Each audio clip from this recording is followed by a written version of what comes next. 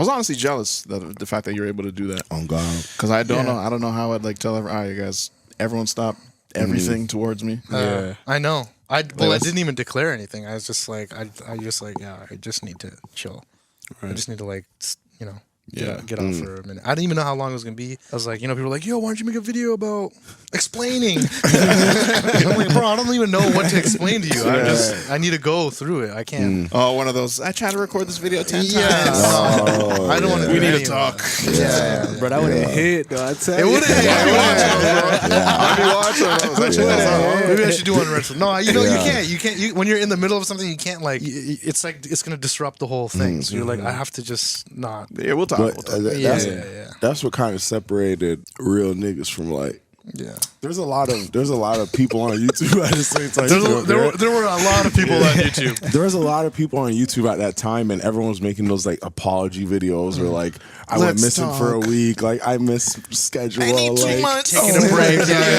Taking a break. I'll be back. Yeah, I may still post a bit. You're not doing it then. Yeah, no. So I feel like at that point, like that was YouTube seeing the real way of like someone doing it and taking a step back, just like, hey, this is like, you went full throttle. You went you went like San Andreas. You know how you take off on a plane just right up? That's what you did. And I feel like people just weren't used to that because we all did it during COVID, like a little, not to that extent, but like I remember when we said, all right, hold on, I gotta, what's going on right now? You gotta ask yourself what's going on. But and Toronto's a city where you can really lose yourself. Like that's a whole different story, but like how accessible it is to go outside and fucking go to the club or get free food here or like go here and you know what I mean? It's just there's so much to do. All your friends are able to. How many times do people just pull up in your lot? Nigga, I did it. I was just hey, I'm sleeping over tonight. Bro, we just opened the door to his house.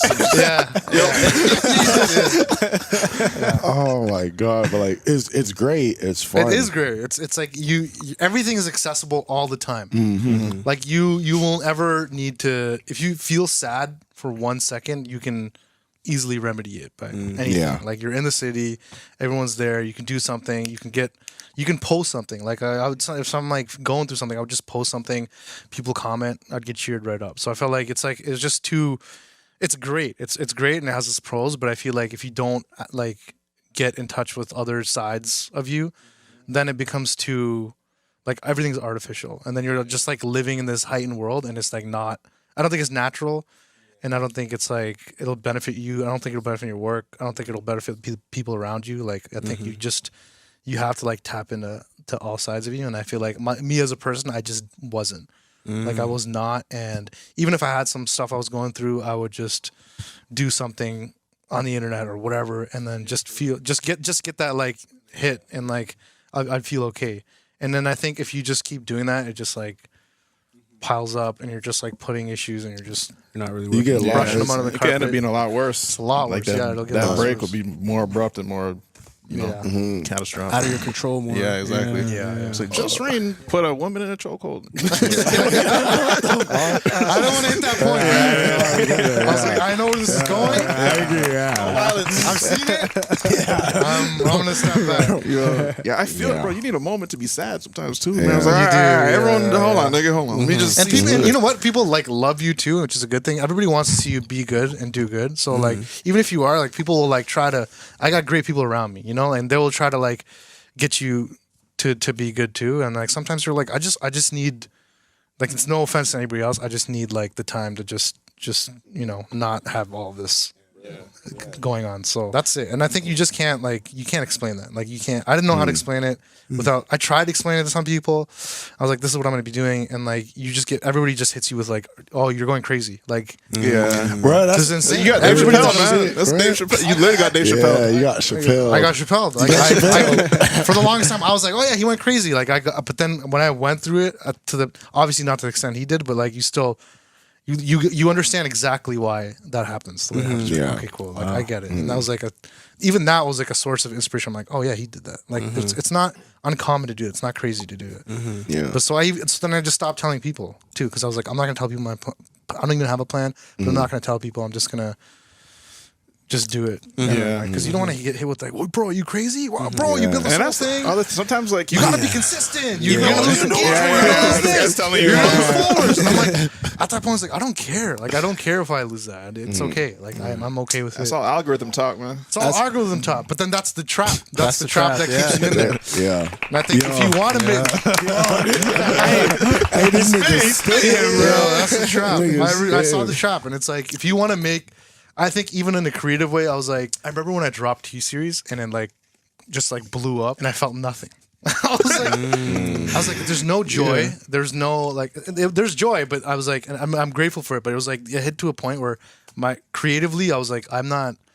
This doesn't do anything. Yeah, I feel the same. It was this. It was like I was like, this is too easy. Not too easy. It was just too routine. Like I knew how to do it, and it wasn't challenging. So it wasn't like it didn't creatively challenge me. So when I dropped that video and it hit and then it blew up, I knew from that moment I was like, oh, okay, this is like not the same anymore. It's like it's what did I make here?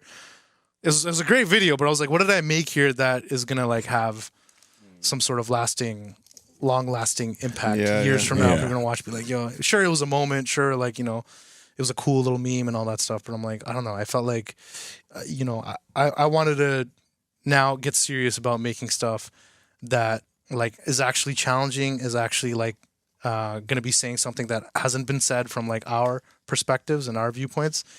And I think in order to do that, like, you just have to take the time to do that. I was like, I have to step back. I always wanted to make a TV show. I always wanted to make something. I just didn't know what it was. Since like 2015, I was like always trying to figure out what I wanted to do. And then, so you want to do this thing that is going to take time, but then you have no time. You have to always be making content. The next video, The next video, the next post, the next Instagram, the next Snapchat. Like I always had to be. Yo, you're on it too, bro. Yo, I was like, I might this feel like nigga was that. on it. I remember just Literally like sometimes this. he would Yeah. fucking turn around. Yeah, nigga just fucking go. I was on. I was entertaining. I was like, I had to be on every platform. I had to make content on every platform that hit.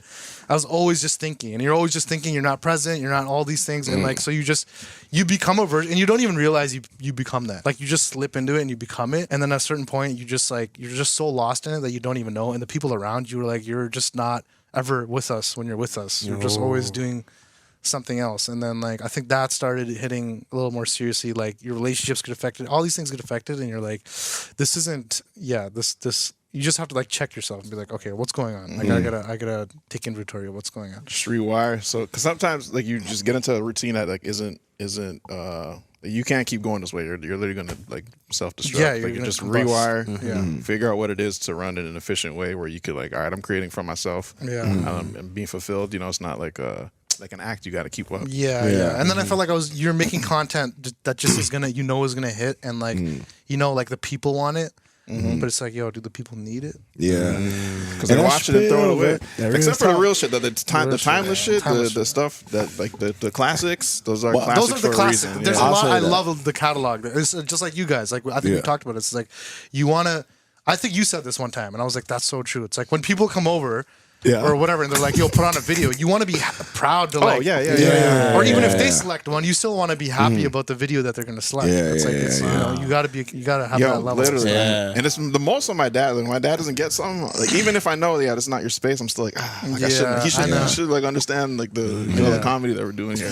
Yeah, I think it's like it's also, man, you've been doing it for so long that it's like Tyler Creator, for example. He has been doing it for too long at this point when he made this switch. Like, now he's been running it for a minute, but Hughes Yonkers, Tyler the Creator, and then like he started hitting the switch where he's like, wait, hold on, I want to make more meaningful more meaningful, like fuck all the cockroaches in my music videos.